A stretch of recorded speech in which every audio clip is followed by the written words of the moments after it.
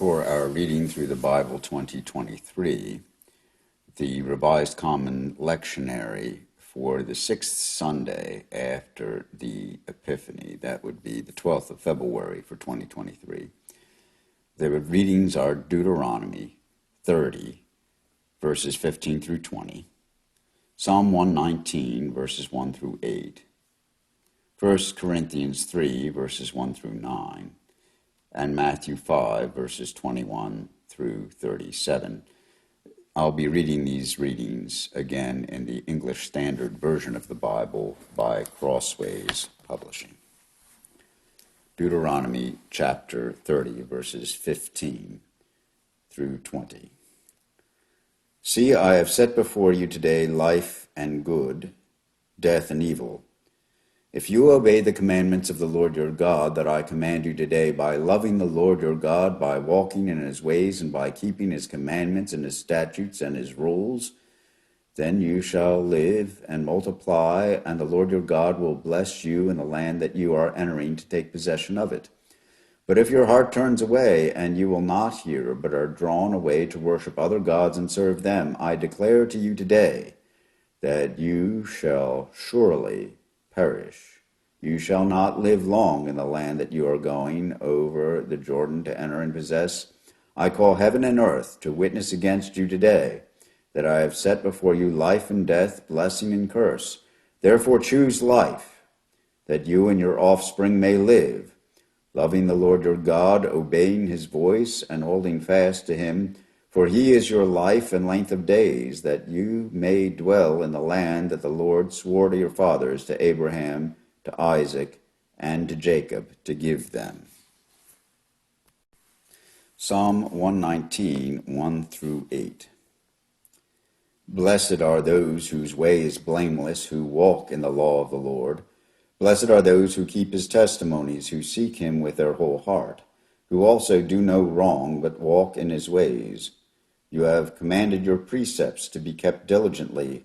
Oh, that my ways may be steadfast in keeping your statutes. Then I shall not be put to shame, having my eyes fixed on all your commandments. I will praise you with an upright heart. When I learn your righteous rules, I will keep your statutes. Do not utterly forsake me. From the first letter of Paul to the Corinthians, 1 Corinthians chapter 3, verses 1 through 9. But I, brothers, could not address you as spiritual people, but as people of the flesh, as infants in Christ. I fed you with milk, not solid food, for you were not ready for it. And even now you are not ready, for you are still of the flesh. For where there is jealousy and strife among you, are you not of the flesh, and believing only in a human way? For when one says, I follow Paul, and another, I follow Apollos, are you not being merely human? What then is Apollos? What is Paul? Servants through whom you believed, as the Lord assigned to each. I planted, Apollos watered, but God gave the growth. So neither he who plants nor he who waters is anything, but only God who gives the growth. He who plants and he who waters are one, and each will receive his wages according to his labor. For we are God's fellow workers. You are God's field, God's building. A reading of the Gospel according to Matthew chapter 5, verses 21 through 37. You have heard that it was said to those of old, You shall not murder, and whoever murders will be liable to judgment. But I say to you that everyone who is angry with his brother will be liable to judgment. Whoever insults his brother will be liable to the council.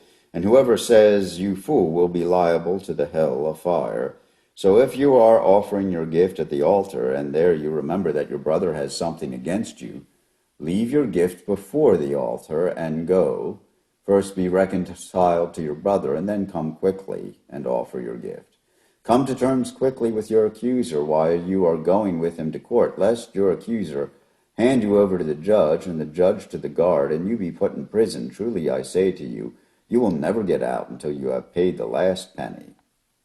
You have heard that it was said, You shall not commit adultery. But I say to you that everyone who looks at a woman with lustful intent has already committed adultery with her in his heart.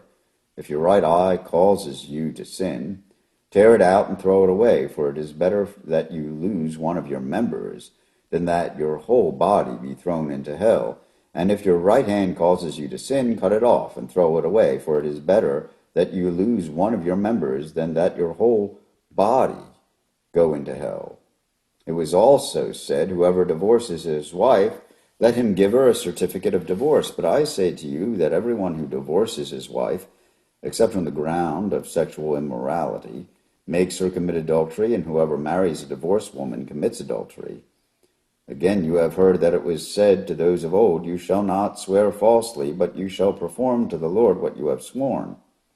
But I say to you, do not take an oath at all, either by heaven, for it is the throne of God, or by the earth, for it is his footstool, or by Jerusalem, for it is the city of the great king. And do not take an oath by your head, for you cannot make one hair white or black. Let what you say be simply yes or no. Anything more than this comes from evil. These readings of Deuteronomy chapter 30, verses 15 through 20, Psalm 119, verses 1 through 8, 1 Corinthians chapter 3, verses 1 through 9, and Matthew chapter 5, verses 21 through 37 have been offered in the English Standard Version of the Bible by Crossways Publishing.